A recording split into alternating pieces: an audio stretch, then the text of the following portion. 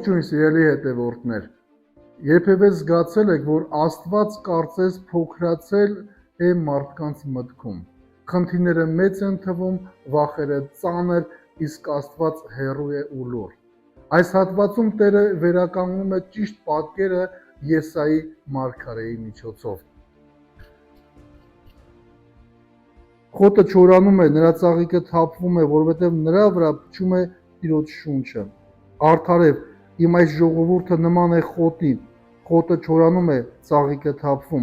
բայց Տիրոջ խոսքը մնում է հավիտյան։ Ել այդ բարձր լեռան վրա, ով ավետաբեր Սիոնի, ուժ տուր քո ձայնին, ով ավետաբեր Երուսաղեմի, ուժ տուր, մի վախեցիր եւ հայտնիր Հուդայի քաղաքներին,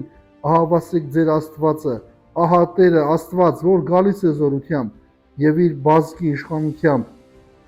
ահավասիկ իր վարձն իր հետ է ու գործերն իր առջև են։ Հովի նման հովվելու է իր հոտերը, իր բազկով հավաքելու է գառներին, նրանց կրելու է իր ծոցում, մխիթարիչ է լինելու հղիներին։ Ով է իր չափով չափեց ջրերը,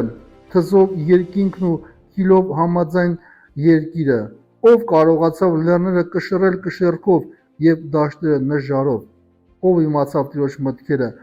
ով խորհրդատու դարձավ նրան իբրև խելամիտ դարձնելու համար, կամ թե ում հետ խորհրդակցեց նա, որ իրեն խելամիտ դարձնի, եւ կամ ով նրան ցույց տվեց արդարադատություն ու իմաստության ճանապարհ, կամ անցյալում ով փող տվեց իրեն, որ հատուցի նրան։ Բոլոր ազգերը նման են մի կաթիլի դույլի մեջ եւ մի փոշի հատիկի կշռքի վրա եւ կամ բերանից ցայտող շիթերի։ Այրելու համար Լիբանանը բավական չէ, բոլոր չորքատնողները ողջակեզի համար բավական չեն, եւ բոլոր հեթանոսները նրա համար ոչինչ են, ոչնչություն են համարվում։ Արդ, ում նմանեցիք Տիրոջը, ում նման համարեցիք նրան, միթե կուռք է նա, որին կերտել է հյուսնը, կամ ոսկերիչը ձուրելով ոսկին պատել է նրան ոսկով, պատկերի նմանությամբ կերպարանք տալով նրան։ Ամեն։ Նա ասում է. բարձրացիր բարձր լեռը, բարձրացրու ձայնդ զորությամբ, ասա Հուդայի քաղաքներին,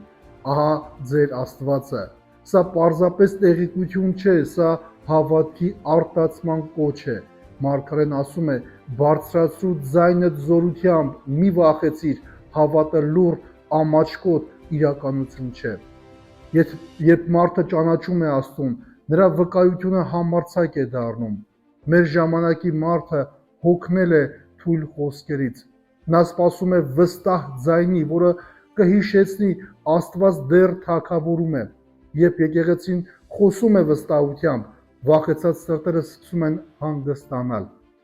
Հետաքրքիր հակադրություն կա այս հատվածում։ Նախ ասվում է. ահա Տեր Աստված գալիս է զորությամբ, նրա բազուկը իշխում է, բայց անմիջապես հետո ինչպես հովիվ իր հոտը պիտի արածեցնի գառներին,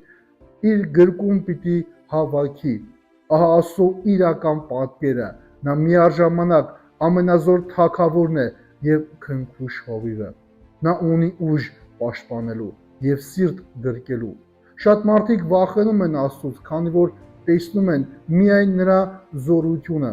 Մյուսները թերագնահատում են նրան, քանի որ տեսնում են միայն նրա մեղմությունը։ Եսայի մարգարեն ցույց է տալիս ամբողջական ճշմարտությունը այս հատվածում։ Սկսում է, ասում է, հզոր պատկերների շարքը, Աստված շափում է ջրերը իր ափով, երկինքը կշռում է բուրով,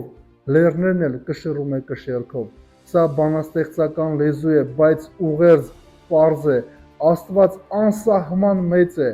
ազգերը նրա առաջ կաթիլի պես են, կշեռքի փոշու պես, նա նվաստացնելու համար չէ գրված, այլ վախեցած սրտին ուժ տալու։ Եթե Աստված այնքան մեծ է, խնդիրը չափազանց մեծ չէ նրա համար, այս հատվածը մեզ բերում է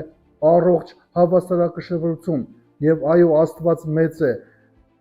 Նա նաև մոտ է հոտին, նա գրկում է իր գառնուկներին, նա առաջնորդում է մեղմությամբ։ Սա այն պատկերն է, որը մեր համայնքներին պետք է փոխանցվի ոչ միայն ահեղ Աստված, ոչ միայն հարմար Աստված, այլ կենթանի, մեծ, սիրող եւ սիրելի Աստված։ Սիրելի հետևորդներ, եթե այսօր խնդիրներդ լեռների պես են թվում, հիշիր, Աստված կշռում է լեռները։ Եթե քեզ փոքր ես զգում